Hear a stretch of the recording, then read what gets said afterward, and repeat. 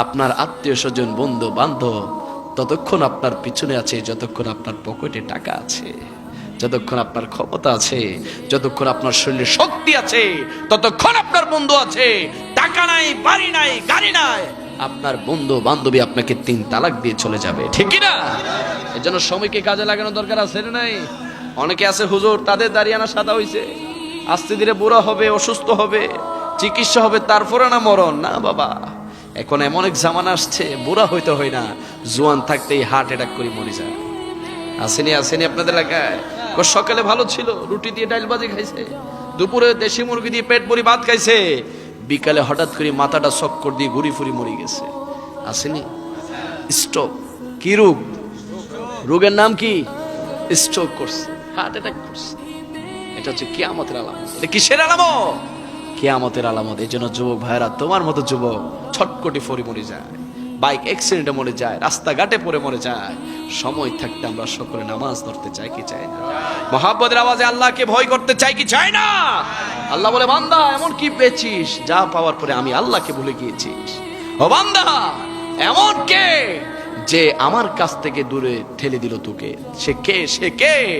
আমি আল্লাহ তোর কি ক্ষতি করেছি? আমি আল্লাহ তোকে এত কিছু দেওয়ার পরও বুঝি তুই আমি আল্লাহকে ভালোবাসিস না। আল্লাহ সূরা রহমানে 1 বার নয়, 2 বার নয়, 5 বার নয়, 10 বার নয়, 31 বার বলেছেন, ফাবি আইয়ি আলাই রাব্বিকুমা তুকাজ্জিবান, ফাবি আইয়ি আলাই রাব্বিকুমা তুকাজ্জিবান। বান্দা, কোন নিয়ামতটাকে তুই অস্বীকার করবি? কোন নিয়ামতটাকে অস্বীকার করবি? দিনের বেলা তোর কাজের প্রয়োজন, আমি আল্লাহ সূর্যকে উদয় করে তোর কাজের ব্যবস্থা করে দিয়েছি। রাতের বেলা তোর ঘুমের প্রয়োজন, আমি আল্লাহ সূর্যকে অস্ত করে চাঁদের মৃদু মৃদু মিষ্টি মিষ্টি আলো দিয়ে তোকে আরামের ঘুম যাওয়ার ব্যবস্থা করে দিয়েছি। ও বান্দা, কেন তুই আমি আল্লাহকে ভুলে গেলি? কেন তুই আমি আল্লাহকে ভুলে গিয়েছিস? বান্দারে, গোপনে গুনাহ করছিস, গোপনে খারাপ ভিডিও দেখছিস, গোপনে নাচ গান বাজনা দেখছিস, বান্দা মনে করছিস তোর এই গুনাহ কেউ দেখছে না। বান্দা, আমি আল্লাহ তাআলা তোর কাদের মধ্যে 2 জন ফেরেশতা দিয়েছি, কিরামান কাতিবিনা ইয়ালামু মা তাফআলুন। বান্দা, হাশরের ময়দানে আয়, হাশরের ময়দানে আমি তোর আমলনামা তোর সামনে রাখবো।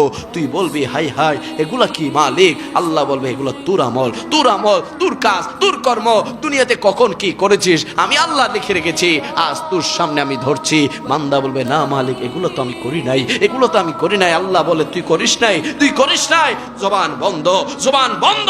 তোর শরীর আর সাক্ষী দিবে। হঠাৎ করে আপনার হাতের জবান খুলে যাবে, হাত আপনার বিরুদ্ধে সাক্ষী দিবে, পা আপনার বিরুদ্ধে সাক্ষী দিবে, চোখ আপনার বিরুদ্ধে সাক্ষী দিবে, কান আপনার বিরুদ্ধে সাক্ষী দিবে, লজ্জাস্থান আপনার বিরুদ্ধে সাক্ষী দিবে। আপনি বলবেন, হাই হাই, এটা তো আমার হাত, আমার হাত কিভাবে আমার বিরুদ্ধে সাক্ষী দিচ্ছে?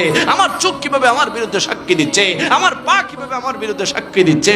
আমার লজ্জাস্থান কিভাবে আমার বিরুদ্ধে সাক্ষী দিচ্ছে? মালিক রে, আরেকটা সুযোগ দাও না, আমি দুনিয়ার জমিনে গিয়ে নামাজ পড়বো। আরেকটা সুযোগ দাও না, আমি দুনিয়ার জমিনে গিয়ে হক হালাল ভাবে চলবো।